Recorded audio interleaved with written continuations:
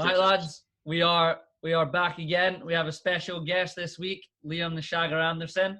Thanks for joining me. Come on, fucking all my boss, boys. Come on.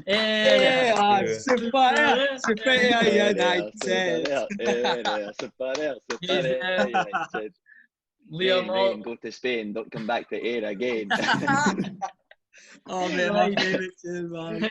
Pish banter across that way, obviously. Oh man. Banter, but Liam, thanks for joining us all the way from Cali, mate. Sunny California. Yeah, no worries. Even though you said it's been pish and rain there recently. Not been. It's been pissing here for the last week. Don't know what's going on. Fucking hell, that's not like Cali. Well, we've obviously got you on because we do want to chat about a team that you support, and I thought it'd be good to get your views on what has happened with Frank Lampard at Chelsea. So we'll get into that in a second. But one thing, lads, that I just noticed today, which blew my mind, and I can't believe it. 2 seconds. I'm just going to pull it up. That West Ham are currently 4th in the Premier League, a point above Liverpool. It breaks my heart a wee bit, actually. With Davy Moyes is 4th in the league. He's currently 6 points off the top. Like, he's doing a decent job there from nowhere. Mate, he's doing an amazing job. He's gone so under the radar. When he went there, were they not like fighting relegation and they were going to go down in that? And then I think, did he not just keep him up? And then I think like the signings in that he's done has been good. He's done excellent. Like, it's always a tough game against West Ham as well. We've got them next week on Saturday. Yeah, they've had a problem with having a striker to score goals, but if Antonio can stay fit, he's a handful, isn't he? Yeah, he's good. And big Suchek or Soychek, whatever you call him.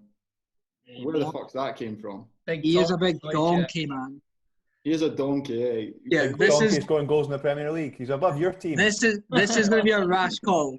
Do you ever look at someone like him? Firmino's a donkey. Do you ever look at someone like him, and this might be rash as anything, you're like, how has he made it to like that level as a professional footballer? Like, do you ever actually watch him? And I know that he almost literally ran through the whole team the other night, but it's a one-off. I just sometimes watch it and I'm like, I don't know how he's made it professional football, but he's just effective. And Moyes will for sure get the best out of him, eh? Yeah, Moyes loves that. Moyes is Fellaini, mate. Is his new Fellaini. That's what it is. Like, Fellaini was just so effective at what David Moyes did, man. He's got so much freedom to go for it. He just pops up in the box, man, and you're like, oh, no, someone just float a ball in. He's going to win it. Yeah, he's so good. Well, he's not his shite, but he's good at doing that. He's weirdly effective, but fair play to Moyes, like, fair play. Do you, like, I mean, like, that's just come out of nowhere. I mean, where do you think is acceptable for, or what is like an incredible achievement for West Ham right now with where they're at? If you took it now, the halfway point of the season, the fans will still be buzzing if they just finish like top 10. Nah, not buzzing, no. Not buzzing. Mate, they're title contenders.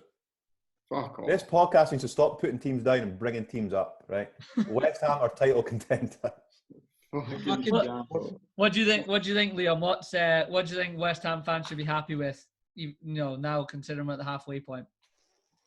I mean, if you got to be realistic, like top half for a team like West Ham is where it's a good position for them because usually they are like mid-table, maybe just scrapping above relegation. I mean, as you said, Moyes has worked absolute wonders. I mean, they lost the boys at Haller to Ajax, I think. Yeah. I'm right saying that the striker who's decent, but I still think even losing him will be a bit of a loss. But as you said, I've still got Antonio up front who, I mean, he doesn't score week in, week out, but he does a lot more and he's made good signings. So, I mean, obviously being a bit biased and being Scottish, I really hope West Ham do maybe finish in European places. But I mean, I think they will have a bit of a slip, maybe maybe finish like 8th, 9th, 10th, maybe. But no, they've been doing well. So do you not think it's weird how some managers suit like certain clubs and stuff? Like Moyes did a really, really good job at Everton and then went to United, and you can say that was a hard job for anyone, but definitely didn't do a good job. Then he went to Real Sociedad, then he went to Sunderland, did pretty poor both there. And then it just seemed to like click for him at West Ham, just kind of like I don't know even how to explain it. It's like a proper... I think Moyes is good with like do you don't think he's good with like a project and like building something and like building like a mentality in a club? I feel like that's what he kind of went into West Ham. Expectations should have been way higher. He went in, the expectations were low because they were doing shit, and he's just been able to do his own thing and organise everything his own way. Yeah, I mean, there's a reason why he was so good at Everton. I mean, how long was he there for? He was there for years. He had time to build, right? He's like, you're right, he's that type of manager. Whereas obviously like a Sam Allardyce or Tony Pulis is just get them in to keep us up. Keeps us alive. I wouldn't say he plays like that defensive football either. Like I'm watching West Ham and like I like their front four at the moment. With like Bowen, that Fornals, the new boy, the Benrahma, he's good. He was good last night. Like they're all like good like attacking players in that. Like he's got something going there. I think do you not think though he had the issue with playing Noble and he didn't really know how to fit him in, but looks like he's not getting a game now and he's just holding with Stoichek and Rice and he's just left it as that. I think it works. They both complement each other. Yeah, I've been impressed with Declan Rice. I think the price tag that's been put on him was that of like a very good young English player who has a lot of talent, but the English doing what the English do and putting such a big price tag on him so early. But he's starting to like affect some games. Like I think he'd be a decent signing for someone a little bit higher up the table. I mean, currently West Ham are above the team I support, so I mean maybe I can't say that, but I mean I just think that he's got potential. He's big. He wins the ball. I think a modern day holding midfielder now needs to kind of be that guy that can win the ball back and play on his own in there, which he can do, but also needs to be good at playing the ball forwards. Like I don't think they can just win it and kind of keep it now. I think teams want to go and break forwards, and I think Declan Rice could be massively in that mold of that like kind of holding midfielder. He was linked with Chelsea for a bit. Yeah. Well, let's link with Chelsea. Yeah, Would you take him at Chelsea? Would you take him at Chelsea, Leon? Yeah. Oh.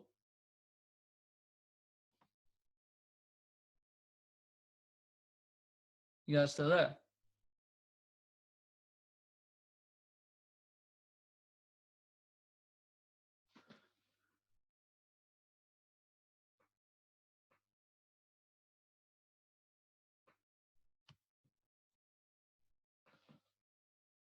Boys? Right. Sorry about that, Troops. The console Wi-Fi in the Cannon household seemed to cut off there, and as it cut off, I was just asking there, Leon, would you take Declan Rice at Chelsea? Would you?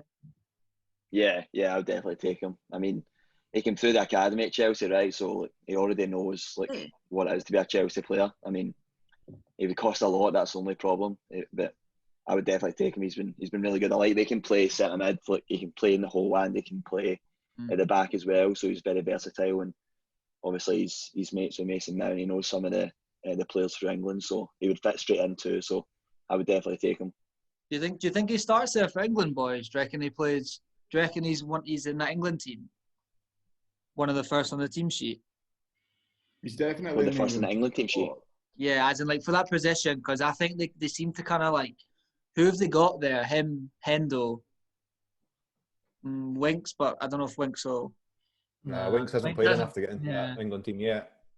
Him and Hendo could probably both sit together, and then you could play like someone in the hole in front. I don't know. Yeah, sorry, that's a whole other That's a whole other conversation. England's starting 11 could go on for ages. Sorry. It's interesting. Like Declan Rice, was at Chelsea as in the academy. It's interesting how you go from not making it at Chelsea to now like standing out and potentially being one of the top players in England. Wonder what happened to him there. Sometimes you just need to drop down a level and kind of find get some game time, get some confidence, and then. Very true. Yeah. Very true. Scotty, I think you said something as well when it called off about Grealish. Yeah, well, we were talking about how much, if Declan Rice is going to go to Chelsea, he's going to go for a big price tag. But if my personal opinion, if whatever Declan Rice goes for, Grealish goes for double. Yeah, double. So it's a big call, but you're backing your man there. Yeah. I think Grealish is starting to like make the talk of his price tag be like a genuine thing for sure for an English. Very talented young kid. Yeah, he's starting to prove it. It's going to be interesting to see if anyone can. Some set of calves on him, eh? Big set of calves. I said that early on. Can he get socks past his calves? So that big? What a set of calves. Yeah, Grealish is very, very good. We started talking about Declan Rice and there being at Chelsea. So we'll move into the biggest talking point of the week, which is Frank Lampard obviously lost his job at Chelsea. And that's the main reason we wanted to get you on, Liam, like I said. I'd like to know everyone else's thoughts first before Liam says his, so we can hear what everyone kind of thinks, have a wee chat about it, and then he can chime in knowing a bit from the inside. So, Greg, I'll start with you. What did you think of the whole Lampard sacking?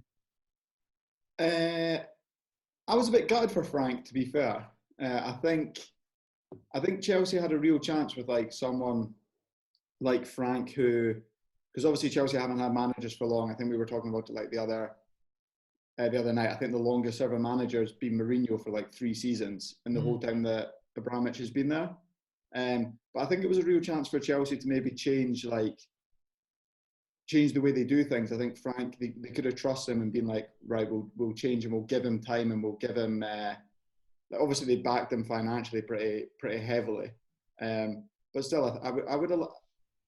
Obviously, the results weren't great, but I still would have liked to personally see Chelsea maybe say, right, this is actually something that we're trying to build on, and I think Gary Neville summed it up. Obviously, they've got Tuchel in, or how you pronounce his name, and like he's on an 18-month contract.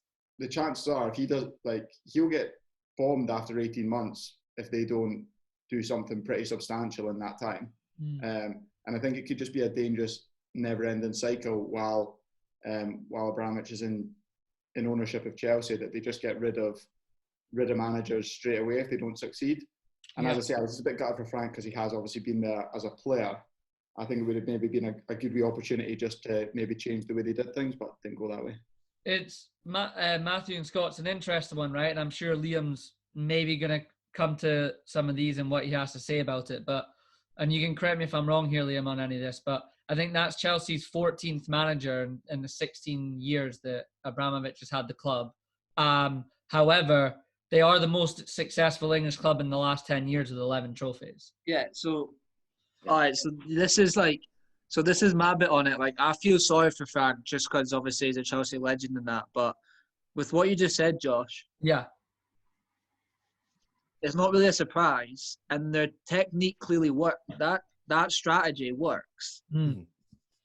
Like, it works. Like what you just said. What did you? The most successful English club in the last 10 years with 11 trophies. Yeah, I mean, you can't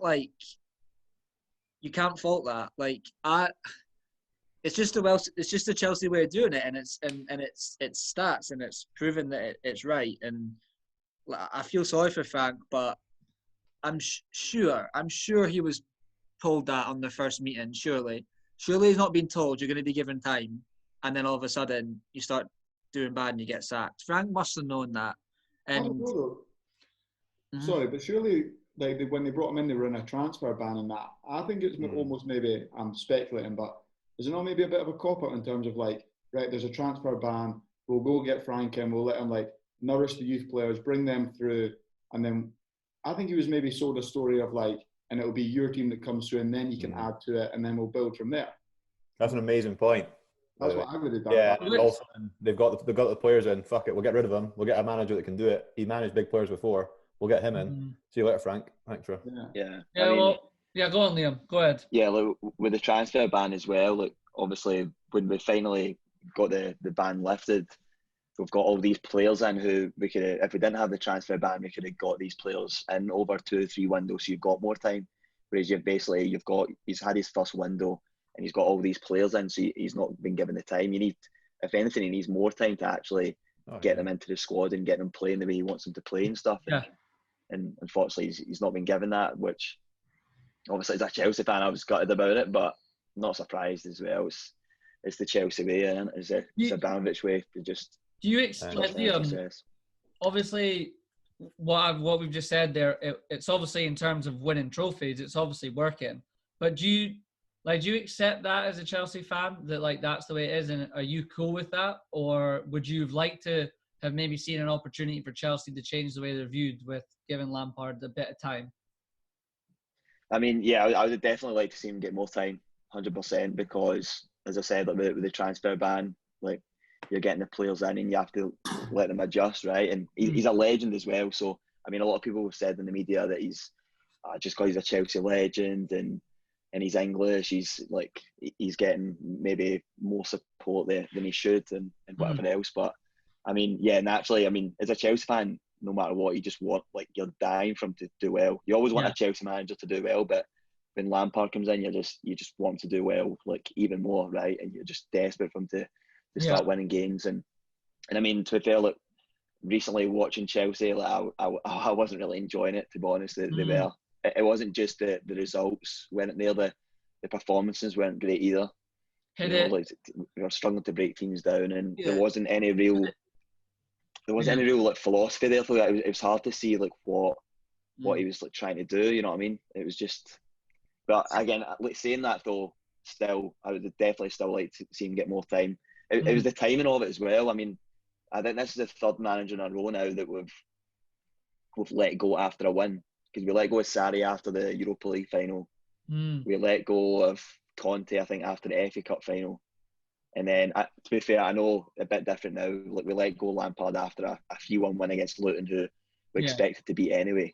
So it's maybe not as big as the other two. You know what I mean? Because they won major trophies. But no, it's just strange. And obviously, Abramovich coming out as well, for the first time ever, I think he's actually come out and kind of.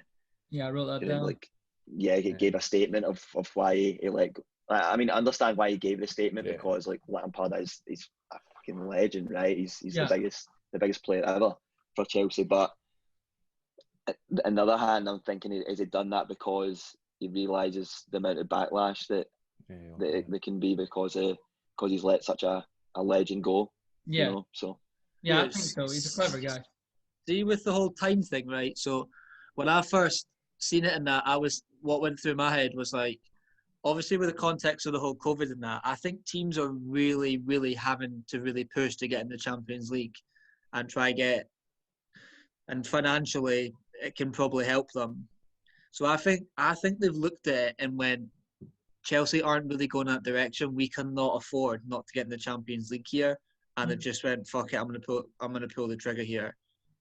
Because I think teams in the context of COVID are struggling financially, and I think surely that must help down the line somewhere, and especially for attracting players and stuff like that. And when I looked at it, my first thought was that kind of came to my mind was, have they just said, you know what, we need to get in the top 4, and they've panicked, and we need to switch things up here. I think the most interesting and important thing is what Liam said a second ago, where he said he actually wasn't really enjoying watching the football anymore. And I think when a fan gets to that point, when you watch every week and you feel like that, it's probably actually time to go. And if anything, you guys, I didn't really hear a lot of Chelsea fans saying Lampard out, to be honest with you, because obviously he's a legend, but it sounds like deep down you guys were kind of like, maybe it's just not quite working. Well, yeah, I mean, the thing is as well, we're still in the Champions League, so if we win in the Champions League, I'd be like, to be fair, I get it, but at least let him get a run in the Champions League. You never know as well. Like, I thought maybe that would be the final straw, if we get knocked out the next round, then and we're still not doing great in the league. I'd be like, right, fair enough, but at least if you're Abramovich looking at that form, there's no way they're going anywhere in Champions League. Sheffield United scored. Yeah, true. You think? Then again, I mean, obviously going back, this is way back though, obviously 2012. The same could be said about Di Matteo and ended up winning it. You know, I'm not saying by any means that we would win the Champions League or we will, but it's amazing what can happen. You can be absolutely awful in the league and then all of a sudden do it in Europe. Here's, by the way, I was really thinking about this today, and I was reading over this, and I'm going to read out a couple more things because they're all really good things, and I want to finish off with which I think is the most important, right? So Lampard has been a manager for just shy of 3 years. It's not a long time. As good as you were as a player, that's not a long time. He took the Derby job in May 2018. He joined Chelsea in July 2019. He's been there for 18 months.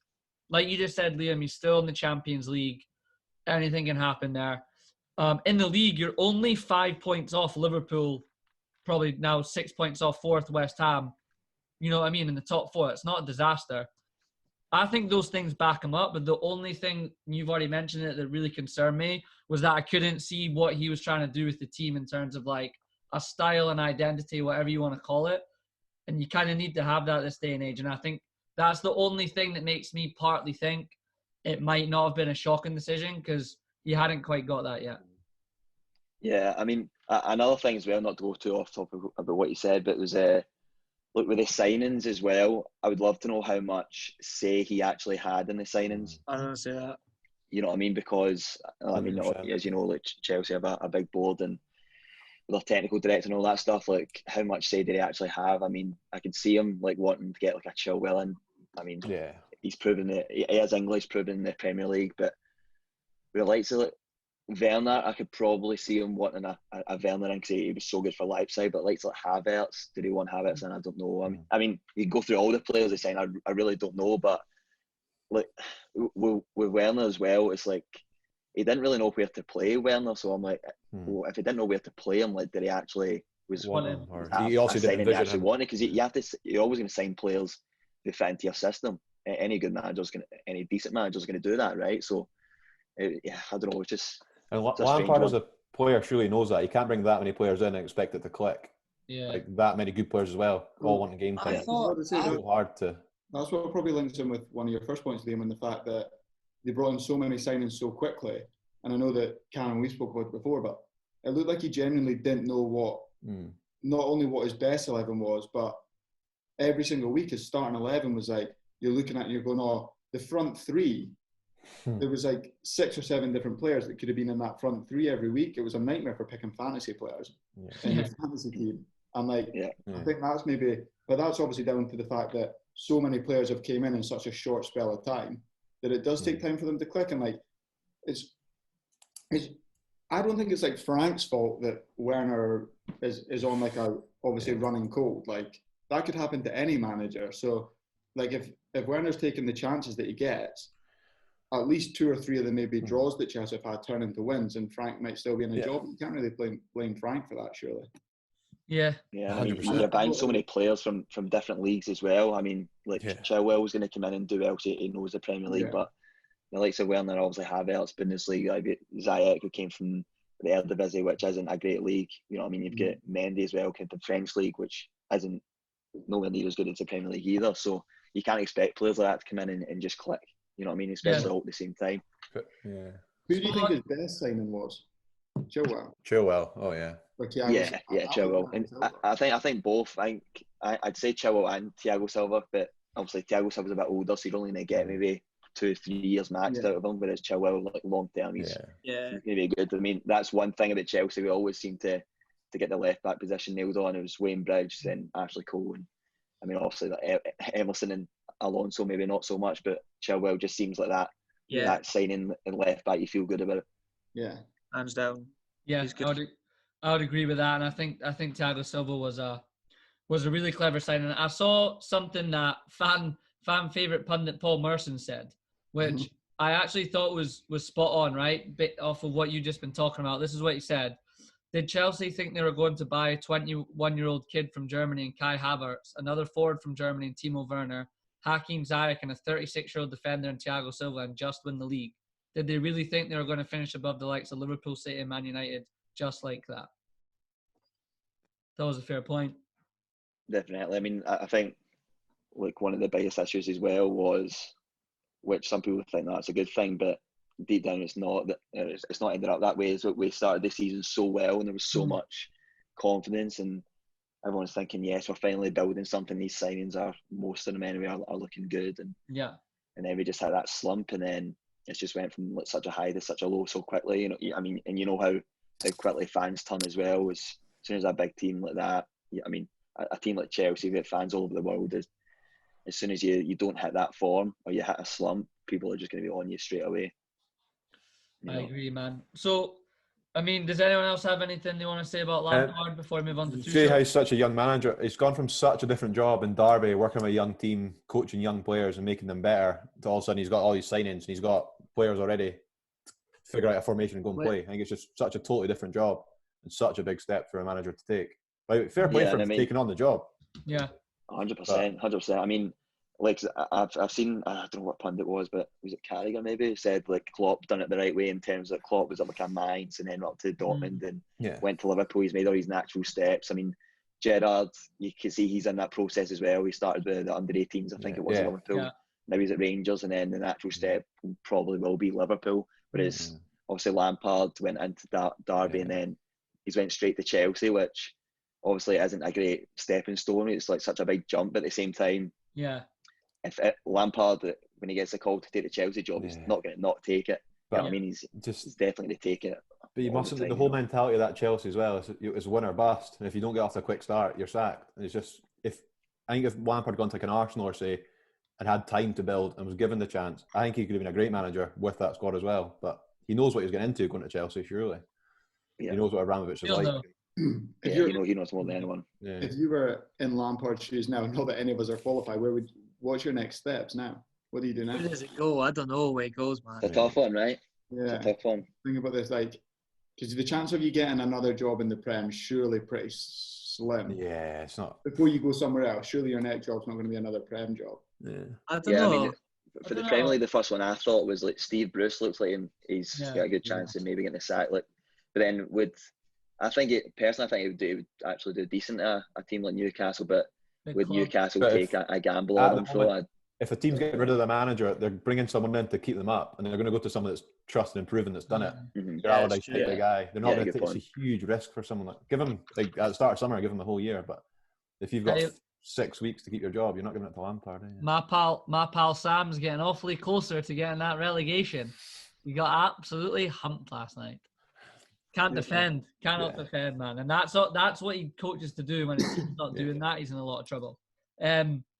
So, I mean, Liam, I wanted to ask you about Tuchel. How'd you say it? Tuchel. There we go. Yeah. Two Scottish guys deciding on how to call it what a German guy does. Tuchel. Well, you also watch a decent amount of Bundesliga football. You know a good amount about it. So I was just wondering, what's your thoughts on him? Because you'll have seen him at Dortmund, and now he's in at Chelsea.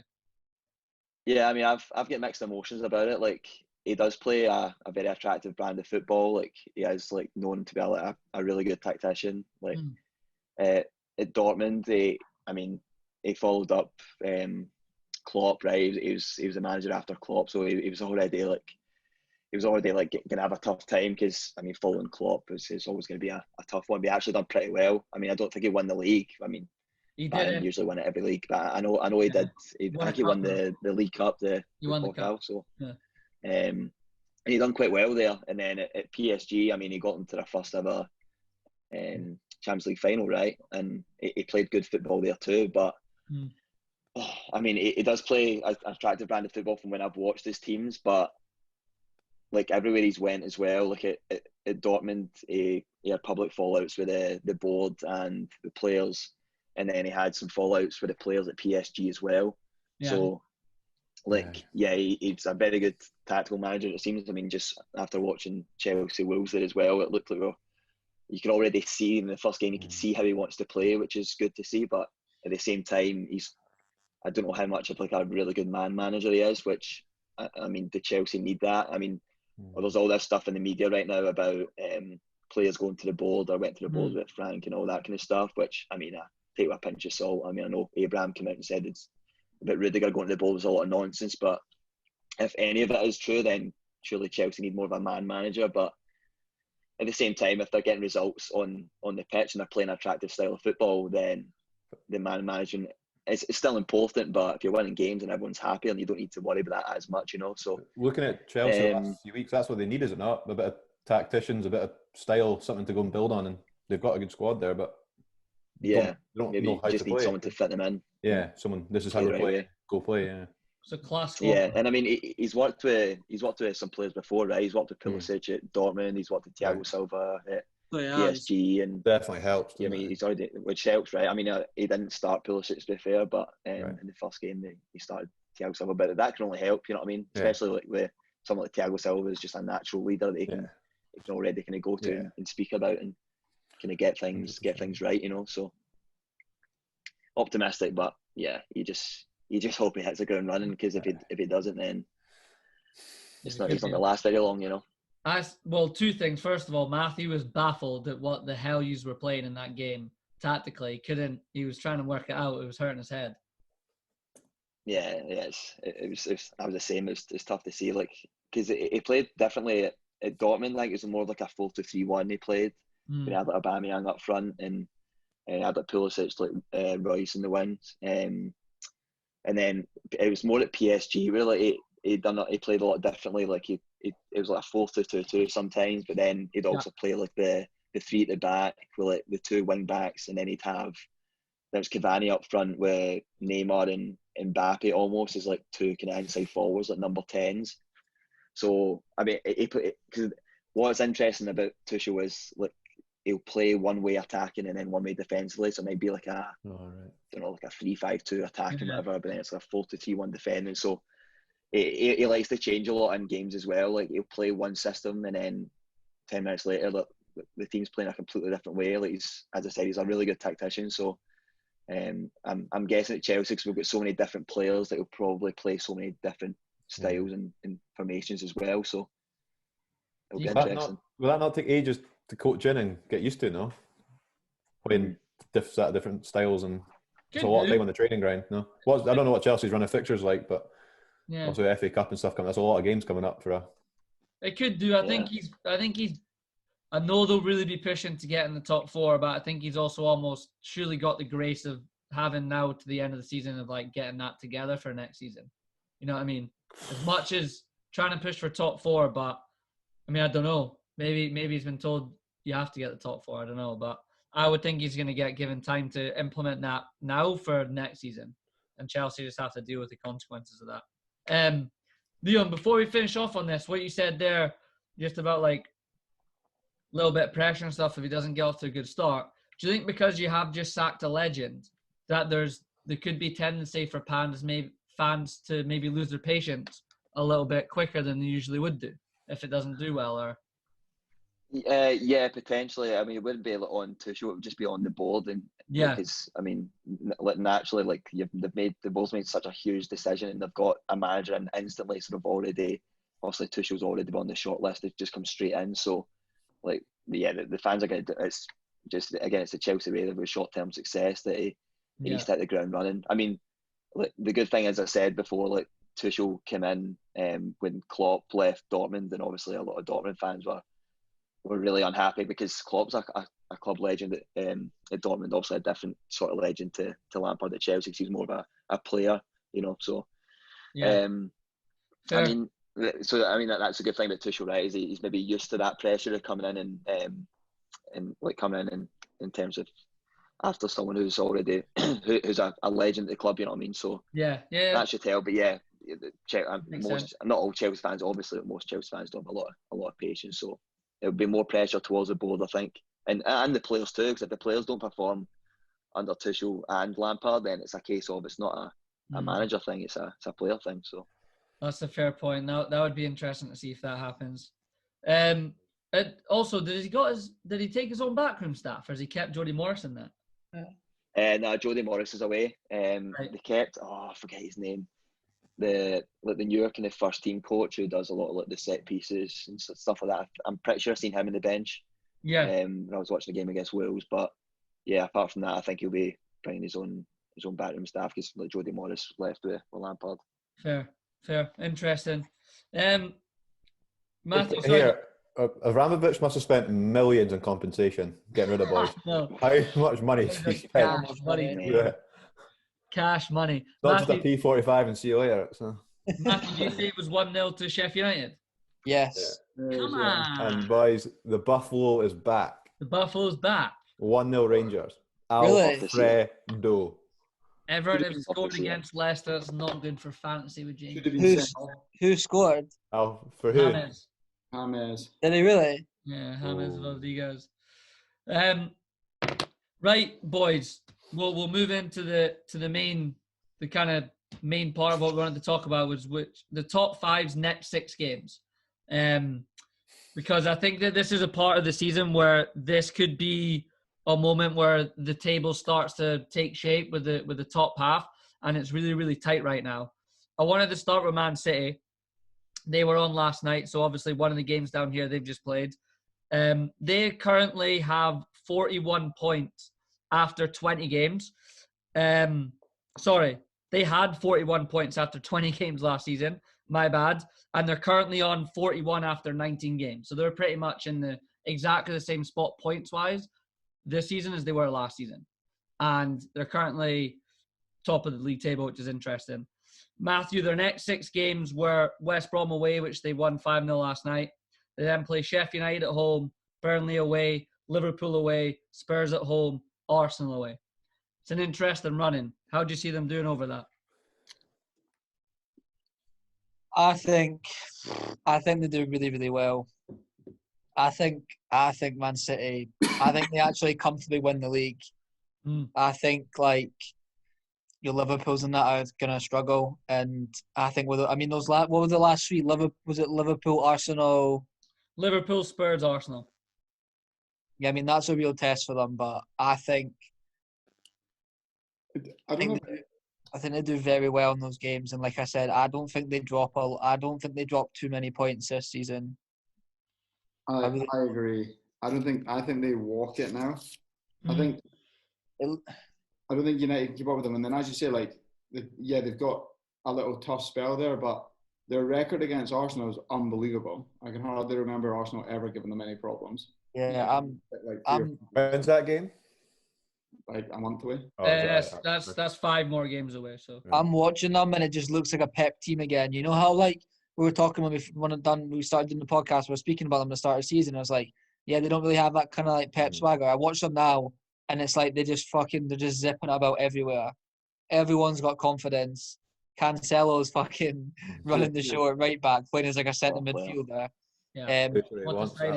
Have you realised as well? I don't know if you just realised he's changed it, so he's playing a left foot on the left and a right foot on the right. Mm-hmm. So he's playing Foden as a left foot on the left, which he normally doesn't. He normally loves wingers coming inside. I don't know if you have realised Sterling's now. I mean, obviously they rotate as the kind of game goes on, but he's mainly going with a left foot on the left and a right foot on the right, which I think is really interesting. He's going with Foden. It's mainly like Foden or Mahrez or even Bernardo Silva and then Sterling. And I just thought, to me, it stuck out. I think tactically, it's just really clever. Maybe something just wasn't quite clicking, and he's got little things like that I think can make a huge difference. I think he looks like he's loving it as well. At the start of the season, he maybe looked like a wee bit stressed out in that, where you see him, obviously they're scudding West Brom, but him on the sideline, he was proper enjoying watching his team knock the ball about. For football, that is such a good result. Pep playing beautiful football and destroying a team like Sam Allardyce. It is actually. It's a great result for football. Yeah. See what else is really important is, let's be honest, when your team has 2 solid centre backs, you know they're going to play pretty much every game of the season. Mate, you're always in for a chance. Yeah. Diaz and Stones, he knows his 2 centre back pairing now, and not to mention that Diaz is an absolute machine, and John Stones deserves all credit. And the fact that he's nailed that down is the key to it all, I think. What it's like. Fair play to John Stones as well, because he was at the team for a while, right? Massively, man. He's all of a sudden getting all this credit. And then I think he's sorted obviously right and left back as well. But Kyle Walker's struggling now to get in that team. Yeah. How does he? Dead set. He'll rotate them because Pep always does rotate. But I think obviously Cancelo's going to play more. And by the way, do you not think that I think Zinchenko at left back is class? Yeah, he's so good. I think you could play him centre mid. I reckon you could play him as a false 9. I reckon you could play him as a winger. He's so versatile. He can play anywhere. Yeah, I was about to say the same about that Cancelo. I'm pretty sure he could play centre mid. Oh. He does. Easy, mate. Just about does. It's the Pep. They all just love playing on the ball. They love playing football. They could play anywhere. Those boys. That's what I'm saying. Like Cancelo and Zinchenko and that play quite. They almost tuck in as like centre midfielders, and then you've got a left footer Foden wide as anything on the left, and then Raheem on the right, and it just seems to click now. Even when they've not got Aguero. They must have some games at training. Just so much quality everywhere. Their squad depth's frightening, man. You're saying about Kyle Walker, who can't even get into the team right now. He'd start just about any other team, wouldn't he? Surely. He'd walk in. He'd walk into any other team, probably in the Premier League, do you reckon? 100%. Yeah, that's ridiculous. So to answer the question, I think they cruise it. I think everyone's almost in agreement with that statement. My only one thing, and I know they just scored 5 goals last night, so this sounds like a bit of a ridiculous statement, but my only thing is in tougher games, because they played really well last night, but that's probably the best team in the league right now against the second worst team in the league. So, but still, 5-0 is a thumping. I just worry that if Aguero can't get fit, he clearly doesn't trust Jesus to be his 9 because he's never playing him. He's playing De Bruyne there, he's playing Sterling there, he's playing Torres there. He clearly doesn't trust it. I think that's the only thing that can hamper them. By the way, De Bruyne misses all those games. If his time period is what they say it's going to be, he misses all those games. So, you know, the Liverpool, Spurs, Arsenal, that could be interesting because if all of a sudden, if let's just say they don't get a win in those 3, or they even draw 1 and lose 2, all of a sudden that gap's closed again. You know what I mean? So it could be interesting. But there's no way they do as badly as drawing 1 and losing 2 of those. Yeah, mate. They've got goals all over the pitch. John Stones up front. He'll drag a double. Because Liverpool away, Spurs home, Arsenal away.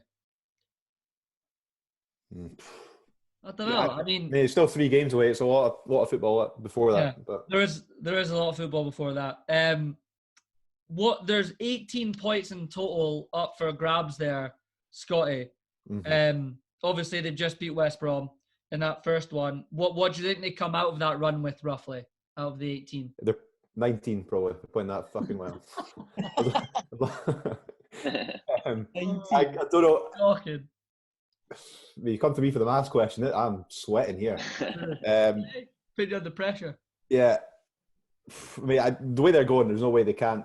I'll help him. I'm going 16. What do you think they'll draw against Liverpool? Then they'll maybe get 2 draws in there. Yeah, I mean the way it's going with COVID and injuries and stuff, but they've got such a strong squad, so much depth that like it doesn't matter who they bring in. They'll bring in Gundogan, he'll play well. Take him out, Bernardo Silva come in, he'll play well. It seems like even injuries isn't going to stop them. But I can see Arteta getting points against Man City. That would be class. I'd love that, right? Yeah, I just love the underdog.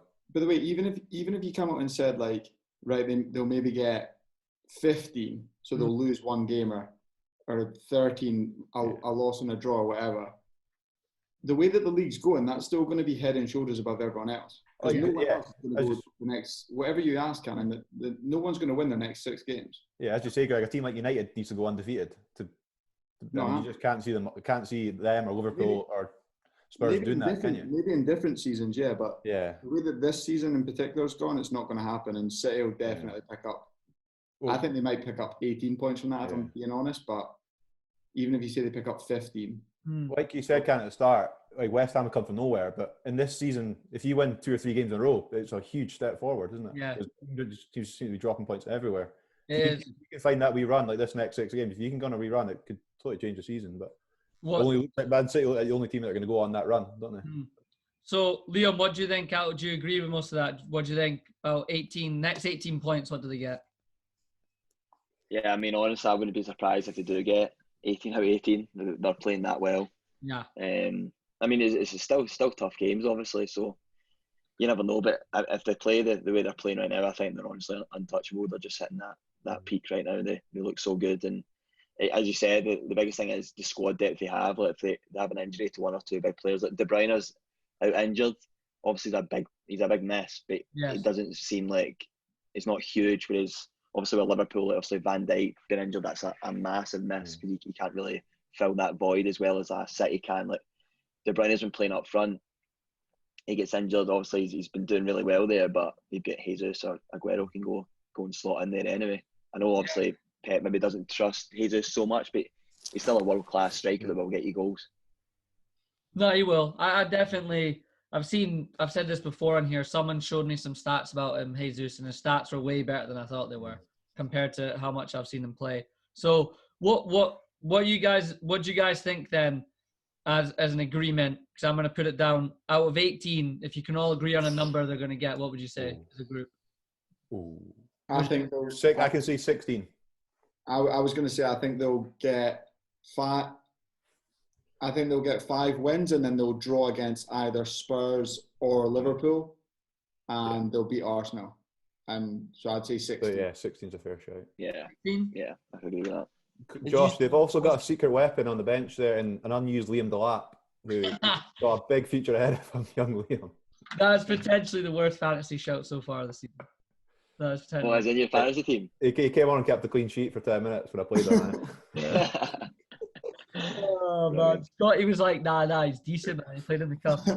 Fucking no chance. Literally been bombed back to the fucking under-19s wherever he came from. Fair. The next team who are currently second, Man United. They had 31 points after 20 games last season. They currently have 40 after 19 games. So they're 9 points better off right now than they were last season.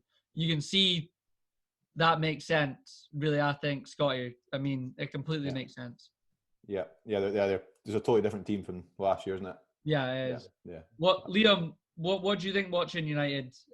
They look like they've got a bit of a spark back to them, don't they? Yeah, they do. I mean, Ollie was under a lot of pressure, but if I compare him to watching more of Chelsea games, like Chelsea's big players just weren't hitting form at all, whereas all United's big players are hitting form at the right time. You know, like Pogba is looking like a completely different player. Yeah. Bruno Fernandes has been unreal. I mean, Rashford, still very, very good. Just maybe has to contribute to more goals if United are really going to be up there and challenging. And I mean, Martial, for me, he's the only one out of like the top players I'm just not too sure about with their attacking players. I just think he's very hot and cold. He's so inconsistent. I'd play Cavani instead of him. Yeah, I would too. Yeah, me too. And he's another one, Cavani. He's come in and he's looking really good. He's looking better every game he's playing. So, can we just go back to when Cavani first signed and Matthew called him stiff? Yeah, he did. I've let him get a few games in him, man. I said he's listened up. Matthew also said on one of the first episodes, "Watch this space. Timo Werner's going to bang the goals in." We all thought it. I was the only one that balls to say. To be fair, yeah, we did all think I thought it. But I thought everyone thought it, man. I still think he will, by the way. I just give him time. He just needs to get his confidence. When he goes to Derby next season, he'll be first class. We need to stop doing podcasts during games because Man United are getting beat off Sheffield right now. Mate, Man United went down last week when we did this. Let's keep going, even though they won in the end. Exactly. It would be the most United thing ever to get beat off Sheffield, though, for their first. Yeah, it would. I fucking hope so. Greg, their next six are currently Sheffield United at whom? Who's that? Fucking whom? Fucking David. Whom United? Yeah. Sheffield United at home, where they're currently getting beat. They then play Arsenal away, Southampton home, Everton home, West Brom away, Newcastle home. How do you see them doing overall in those next? I think they win. I'll put my neck on the line. I think they win tonight. Right. Leg on the line. Leg on the line. Yeah, leg on the line. Oh man. We'll explain it later. Even though they're 1-0 down. So I think they win tonight. To be honest, actually, I think they beat Arsenal as well. Is Arsenal home or away? Arsenal's away. Ooh, I'll put them down for a draw. Give me the next. It's like putting on a coupon. Give me the next draw. I'm at the fucking bookies here. Might as well be. Matthew, how do you think they do in those net six? Pesh. Hopefully pesh. Just hope. I don't know, mate. Just fucking Bruno gets injured and Pogba fucking leaves in January. Pogba leaves in January and they go down the shitter again. I don't know. Looking at that six and looking at City's six, especially City's last three, United have got the favourable fixture list. Yeah, but the league doesn't finish in the next 6 games, coach. I know. I'm just saying. I think this could be this run of 6 games could be the point where things really start to open up. But this season's been so mental. Hey, you said this 4 podcasts ago. Like you said at Christmas, this is when the table starts taking shape. Every week, this could be the. Yeah, in a few weeks, Liverpool will be top. Then we can start going on this. To be fair, you would expect them to beat West Brom and Newcastle, but you would expect them to beat Sheffield United, and they're losing to them right now. So it's so unpredictable, right? Yeah, I know. I think I'm chucking a 5 on them to win 3-0. I think what a waste of a 5. Nah, mate. Fucking happen, mate. Ollie McBurney's to score a double. I'd love that, mate. I would love fucking saluting. I know you obviously can't take what's going on tonight like with too much value, but they do really, really well against the smaller teams. So as Liam says, take tonight away, but they'll beat Newcastle, they'll beat West Brom, Arsenal. I mean, I'm still not set on Arsenal. They're playing slightly better now with the younger boys, but I think United still probably beat them. I think Everton will be their toughest game. Yeah, Everton's tough. Is Everton home or away, Canna? Everton's at Old Trafford. So you know what? Better away. There's no fans still. United are better away from home at the moment, I think.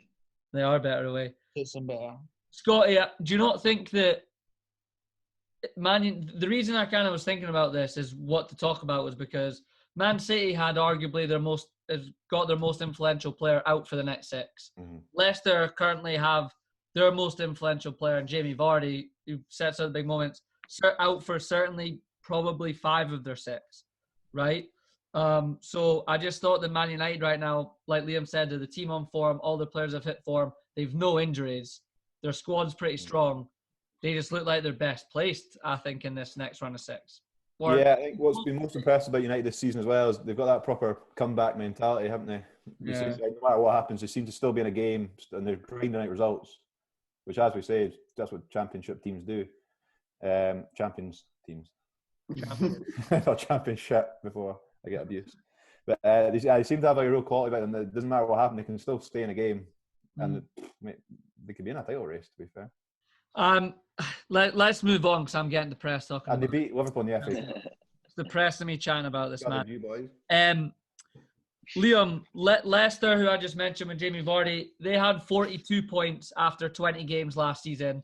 They're currently on 38 after 19. So, yeah, they're roughly about where they were last season, and they're right up there right now. Like I said, Jamie Vardy's out.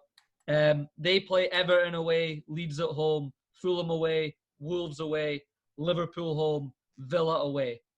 That's a test of 6 games there for them without their main striker. Yeah, I would say that out of the fixtures we've looked at so far, I'd probably say that's the toughest overall. I mean, apart from like a Fulham away, which they should win. If they're going to be... Did you say, sorry, Vardy's out for all of their games? Vardy due date is currently the day that they play Liverpool. So I guess that's... How does the cunt get surgery and then he's back in like fucking 2 weeks? Fuck knows. So they Red Bulls, they drinks, mate. That's what drink Red Bull and snort Coke every weekend, young man. Jamie Vardy's having a fucking party, all right, man. He doesn't need any meds, man. He's right in the gear. He's already on it. Yeah, I mean, obviously Vardy's a massive miss. He's definitely our biggest player, him and Maddison. But I just I like watching Leicester. I like watching Brendan Rodgers' teams. I just think they play very well. They defend very well. His signings have been bang on. Like we've got Tielemans, who's good. Who's the centre back they've got right now? How good is that Fofana? Yeah, Fofana. Yeah, that's what. Yeah, he's class. He's class as well. He's looking really good. By the way, Soichi's injured and he's obviously back now. He's so good. Watching him, he just strolls it, man. Yeah. He's really good on the ball as well. Yeah, I do like less. I mean, obviously, as I said, Vardy's a massive miss, but I can still see him doing well. The last couple of Vardy's not even scored though, and then they've been banging in goals for fun with Maddison and Barnes going forward. They look so well drilled, so much energy. They didn't need Vardy the last few games. They still won. I watched Leicester in the Cup at the weekend, and they played pretty much a full strength team, and he played Perez as their striker, and I had a feeling to do that. He was like testing it out for the game for the Premier League, and he's gone and done it tonight. And it'll be interesting to see if Perez starts scoring, because I don't know why I kind of rate him, and I think with playing behind Maddison and that, I reckon he could do all right. Could get a few goals there and then. It's not working after 45 minutes. One down. Yeah, you see when you look at the scores, how random has this league been this year? Yeah, it's just. It's so hard to call. Yeah. Sorry, we need to do this, even though I don't want to go back to them. Out of the 18 points for Man United, how many do we think they're going to get? I've given United 13. 4 wins, a draw and a loss. Can we see your working there, Greg, please? Add and subtract. What do you use? Does everyone agree with that? Would everyone be in agreement? 13. 13 points out of 18. And that's ambitious. Sheffield. That means they lose and then they lose a game and draw 2. No. They lose a game, draw 1 and win 4. Yeah. Oh yeah. Sorry, that's wonderful maths from me. Sorry. I'm By the the same. way, I'm not One shocking. of our strong points. But by the way, I'm being biased towards United because I'm worried that they've got a big fan base and we'll lose viewers if we keep giving them a hard time. Fuck Keep that. the Get it right, viewers Green. I'm happy. going Nah, 9. fucking mate, they get fucking 0 points. Here, Greg. I'll go with you on that. Cheers, mate. 13. Liam and Scotty, happy with that? 15. Liam? I'll go 13. Yeah, I don't think I'll get any more than that. I'll go 13 as well.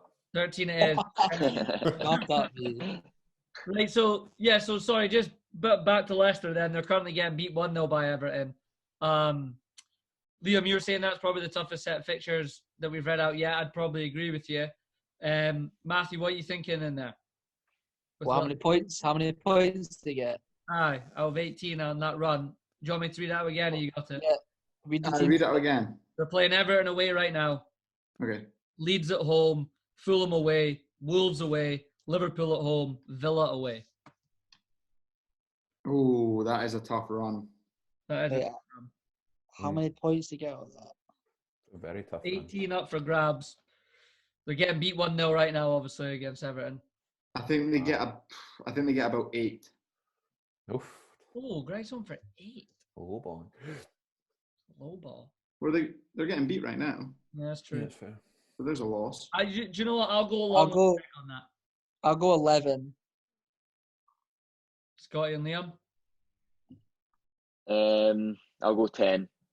Wait, I was going to say 10 as well, genuine. I'll go 10. Copy me. Greg, No, 3 wins and a draw. 3 wins and a draw. Right. Greg, I'm happy to go with 10 as the average. Yeah, I'll take that. Yeah, 10 is the average. Leicester 10. That's an interesting one. I know Jamie Vardy, see how they do. Not working out well for them. Got like Ricardo and that Ricardo Sauchi. They're to come back. They're fit again now, which would be interesting. But what a job Brendan Rodgers has done with that, by the way. He's Yeah, so good at coaching. developing. Good at developing. Like that Justin as well. Brought in Justin, brought in Fofana. Mate, he's such a good coach. such a good I feel like he's coach. finally getting like the recognition of being like a world class coach. You know what I mean? He was always known to be a good coach, but I think he's really getting the recognition now. When you see the players he's making better, it's like I said with Moyes earlier, just kind of almost suits Leicester. Like just suits him. The players he's got, the pressure on him. I think it suits him. Next team up I had who are in the mix is Spurs. They had 30 points after 20 games last season. They're currently on 33 points after 18 games. So they're 2 games less than they were at this point last season, but they're doing better. They've got Mourinho in charge, which you never know with that guy, right? And he's got someone like Kane and he's got someone like Son and he's got them pretty solid. They're one to keep an eye on for just grinding out results and probably not doing it in the best way. And a lot of people maybe just not paying attention to them. They could be up there after these 6. Greggy, what have you thought of Spurs like overall? And obviously where they're sitting at halfway, they're in the mix. Yeah, and I know we say this about every time we talk about Spurs, and you could say it about numerous teams. Obviously, Liverpool with Van Dijk, it's been a struggle. I do just think if they do lose Kane, Touchwood do lose Kane or Son for any reason, straight away the chances of, if you're saying that they are title contenders, if they lose one of those 2, in particular Kane, those title chances are gone. And if they lose them both, they won't even get top 4. Yeah, their next 6, Scotty, are Liverpool at home tomorrow night, Brighton away, Chelsea at home, West Brom at home, City away, West Ham away. That's a pretty testing 6. Yeah, that's tough. I think if football's played over 45 minutes, Spurs have a great chance of winning the league. But as we know in this podcast, it's a game of 2 halves. And for that reason, they'll finish 5th, probably. Honestly, I have no idea with Spurs. Like, some weeks look unbelievable, then sometimes they just look so defensive, just don't know what they're doing, and then for 90 minutes they can't play like a full, solid, attacking, decent game. Liam, what? I don't know. Sorry, go on, Scotty. No. I don't know what the fuck I'm talking about. So. He's talking piss. Fucking next. Liam. You obviously you had Mourinho at Chelsea, so you've seen him, and then probably I'm sure you've kept an eye on him as he's done all his other jobs. Like, what do you see there at Spurs? Do you think they're a concern? Are they a worry? Should people be worried for them, or do you see no? I mean, I guess it's a tough one because, as you say, like with Mourinho, sometimes you just don't know. I mean, they do have good attacking players, but I think the difference with Spurs compared to like your Cities and probably United's is they don't really have the squad depth. I would say if it doesn't even take Harry Kane and Son to get injured, I think it just takes one of them to get injured, and then I think they're in trouble because like mainly got Lucas Moura, who I don't think he's great, but I mean, Mourinho is, again, he's another one that's really good at developing players. I mean, and Ndombele looks like a different player. Yeah. Højbjerg that they've brought in, who was decent as Southampton, he looks really good too. So I think that's the biggest thing though, is like, will they pick up enough wins instead of draws, because Mourinho does play quite defensive, obviously. So I think they'll be up there, but yeah, I still can't see them competing with City for sure. I definitely can't see that. But I think they'll be in that other pack with the likes, obviously, like Leicester and United and stuff. I think they'll probably sneak top 4. What? Josh, you should have fucking came to you that question. You were with me for saying they'd finish second. Yeah, should have. Go on then, mate. You did say they'd finish second last week, and you didn't give an explanation. You're lucky you're not banned this week. You went in a really bad mood last week when we asked you about Spurs. Fucking 18 out of 18 for this Spurs. Second place. Now I'm joking. I think out of that, I reckon Mourinho will get around like 13, 14 points out of that. So you think he gets up there the same as what United get from their 6? Why he's always so surprised when I fucking... No, I like it. I think that's a great statement. I'm asking why. Oh, not this again. Because they'll get fucking... Because they'll get more 13 points. That's fine. They'll win the same amount of games as United. I'm saying it, Matthew, because I genuinely think there's a little bit about me that says that I could see Spurs getting roughly that from those fixtures as well, just because it's Jose Mourinho. So, say. Yeah, I do. I think they'll. I think if the playing teams aren't in form as well, I think Mourinho will like that. I just think everything's just playing into Spurs' favour right now, and they've got a goal scorer in Harry Kane, and I just think they'll get about 13, 14 out of that. Did you say they play Man City, Liverpool, and then another one of the big 6? Yeah, Greg, out of the big 6, they've got Liverpool at home tomorrow. They play Chelsea at home and Man City away.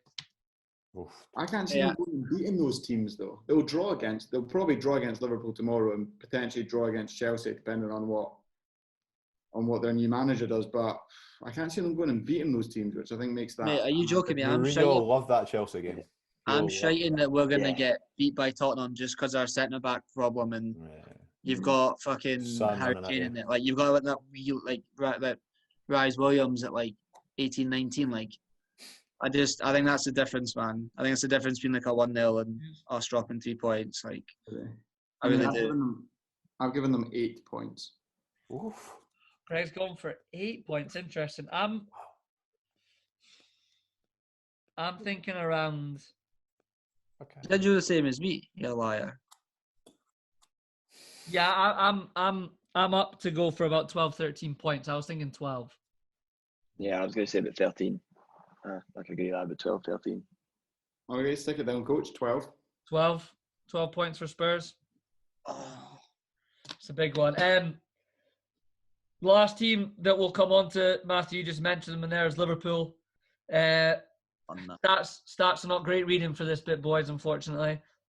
They had 55 points after 19 games last season. They are currently on 34 points after 19 games. So there's a significant drop in points there, by 21 to be exact, if my maths is good. So that's huge. That's huge. Matthew, carry on what you think about, obviously the first game is against Spurs. What do you think about the centre-back issue in Jurgen Klopp in general? It's just a bit of a shambles, to be fair. Like I said with the whole Man City thing, like you need to have a good settled down centre back pair. Nothing worse. Even when you're playing football yourselves, nothing worse than not having like your two centre halves that play all the time. Like when we played with Liam at Twin Creeks, he's supposed to play at the back and was always up top. Mate, Liam, right, we'd play at Twin Creeks on Wednesday night, right? We'd play centre back. we'd play it 7 aside, mate, and the cunt would be playing centre back, and we'd go on the counter attack, and he'd be going forward, and he'd fucking look like Bambi on ice, mate, and like fucking Roadrunner. Centre half, mate, he's fucking back post going, Geez it! Sergio, it's like Cancelo from Man City, man. I'm just everywhere. Some American guy saying, like, what's this guy saying? Liam's like, fucking geez it! Like, ref, he done a swear word. But nah. I get yellow carded for saying fuck off. Like, come on, man. No slide tackles. No slides. No slide tackles. My first tackle was a slide. I get booked. I was like, no one told me about this. Oh, man. What do you expect? I don't know any other tackle. Fucking hell. Oh, mate, I forgot about that. It's fucking hilarious, man. Brilliant. Well, what was the question again? You were talking about Reece Williams, basically Liverpool at the back. Oh, yeah, it's just, I don't know. It's just Hendo back there, I don't know. Then I think we miss him in midfield, and he's not a centre back. And I know he's gone and played well against United in that, but he didn't have to do much. You know what I mean? Like, we really did dominate them in that. He didn't have to do much. Like, and I just think, I don't know though. What's his options though? You know what I was really surprised at? Nat Phillips played one game, was amazing, was man of the match. He's never played again. Yeah. So that's the only thing that I can maybe slightly criticise and kind of question. And I thought it was quite strange. Like, if he's gone and played well and got man of the match, you surely got to give him another game and then try build momentum from there and let Fabinho and him build a partnership. But I don't know. Are you asking how many points are going to get in the fixtures? Well, we'll get to that. I just think that what do you think about the chat, Liam? It'd be interesting to know your thoughts as well about the chat of everyone saying they need to buy. You have, let's be honest, you have the best centre back in the world coming back, right? Granted, yes, I know he's going to miss the season. You then have his partner next to him who has been has been there and has been influential alongside Van Dijk and Gomez, who has got Liverpool to the point that they're at. And I actually think is decent and is still young and can improve. And I get that right now it probably is going to be the thing that's going to derail the title challenge, and I understand it. But how can you just go out and buy someone when you know you have those two guys coming back, one of who's the best in the world? I just think that's quite an easy cop-out. I think that I actually look at Klopp and think, unless you clearly had someone that you wanted to bring in, maybe this summer, that is you've been wanting to choose that position, then okay, maybe push it forward to now and pay the price for that. But I don't know if he does. I don't know if it's been in his plans to buy another centre back, to be honest with you. But then if you don't, you might lose the title. But then you're pretty much saying to Joe Gomez, right, you're out. Really, because you're not taking. Well, back. if you can't stay fit, then it's not personal. If you can't stay fit, then you can't play him. I know, but I know if that was Chelsea and Abramovich, they've already bought a centre back who's already been there. I get the Liverpool philosophy, not making rash decisions, but if you want to win the title, you've got to buy a centre back, surely, or one that can stay fit. I don't think it's so much the point that we need to buy a centre back because we don't have centre backs that are fit. It's more like the long term of that, and the more like after the start of next season, what then happens there. I think that's what Josh is. That's what you're trying to say, right? It's not like it's pretty easy to say go buy a centre back because you don't have any, but it's like we can't just bring in a centre back, have him play for half a season, and then he goes back to another club. Like, it doesn't work like that. So I think I get what you're saying, Josh. It's more like the long-term longevity of bringing someone in. And if they are going to be a really good player, then what happens to Gomez, Van Dijk, or whatever the situation is? To be honest with you, it's fucking how difficult a job is it? How tough is that? Yeah, I mean, it would make the most sense to get someone in on loan, but then at the same time, if you get a centre back on loan, you're not going to get like a world class centre back. You're not going to be any better than they're not happy through the season. Then if you keep playing Hendo, you lose him in midfield though, and then you're a man. We can't play the season with Hendo and Fabinho. No, you can't because you're missing two of your best midfielders in midfield. I would just think it was probably would have worked. I mean, I don't know. Chelsea probably wouldn't have let it happen, but Tomori's just went on loan to AC Milan. I'd be like a perfect loan for someone Liverpool. I mean, Yeah. again, are Chelsea going to loan him out to a Premier League rival? Probably not, right? But just like a signing like that would make total sense. I agree. I don't. Also, if Matthew, right? If you and Liam, you obviously will know this again from knowing the Bundesliga well and then being at Dortmund. What everyone is saying for Jurgen Klopp to do, Jurgen Klopp has never done, ever. No, he did. He did. He went and got Steven Cocker, right? Remember when we got Steven Cocker, mate? Yeah, I remember that. But he also played him up top. But my point is, Dundee legend. Yeah, mate. Dundee legend. But like everyone, the thing that actually annoys me the most is everyone that's saying that clearly doesn't understand how Klopp works then, because that's not what he does. And I agree that sometimes you have to adapt in a situation and things are different. But I'm trying to look at the situation as a whole and be like, I kind of get if he's not going to go buy someone. I get it, but surely, as you say, we can't play the rest of the season with Hendo at centre half. And I know it's not his fault. He's actually been thrown into the deep end, but we can't play the next 19 Premier League games of Reece Williams. Do you want to know? I think a point we're really missing is I think you have to look at it. See, if we were conceding loads of goals, I think he'd definitely do it. We're not though. Like we're not leaking goals left, right, and centre. So he's still looking at it, saying it's good enough. We're not like conceding goals like crazy. The issue is the other side of the pitch. But the reason you're struggling up the other end of the pitch because you've got Fabinho and Hendo. You usually that engine in midfield have to go back. Then you're placing them with someone like a Curtis Jones or something who's nowhere near the quality. You can't get the ball to that front three to score.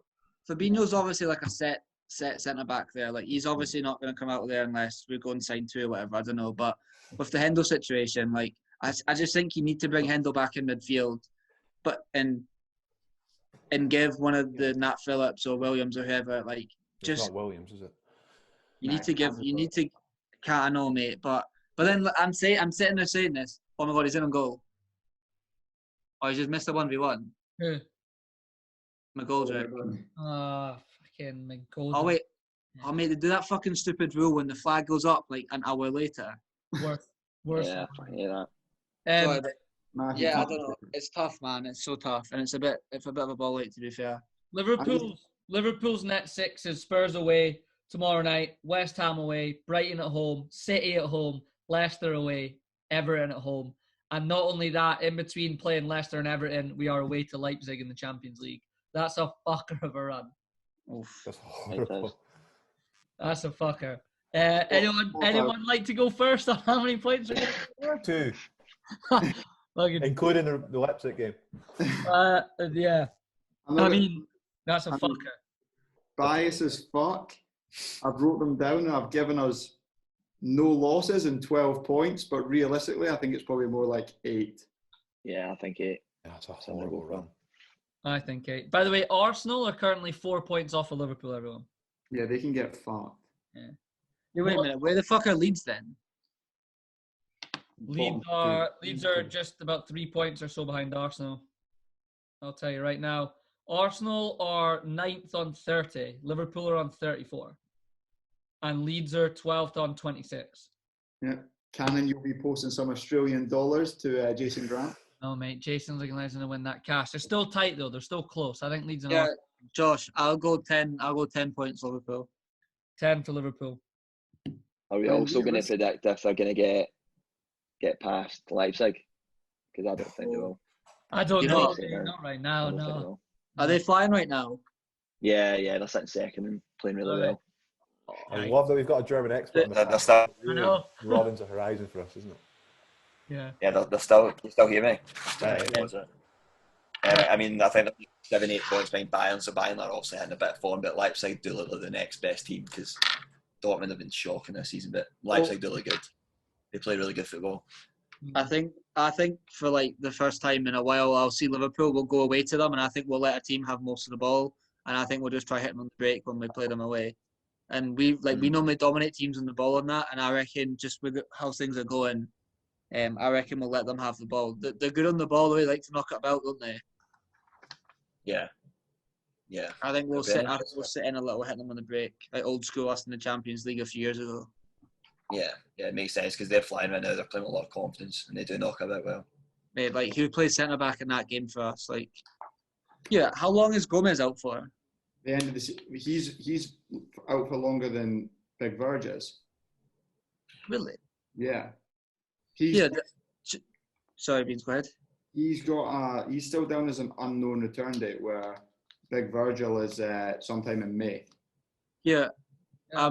This might be a tiny bit off topic of that, but just real quick, it does. I'm not just saying this because I'm a Liverpool fan, but just like, see, when I watch Joe Gomez and how young he is, I think he's really, really fucking good.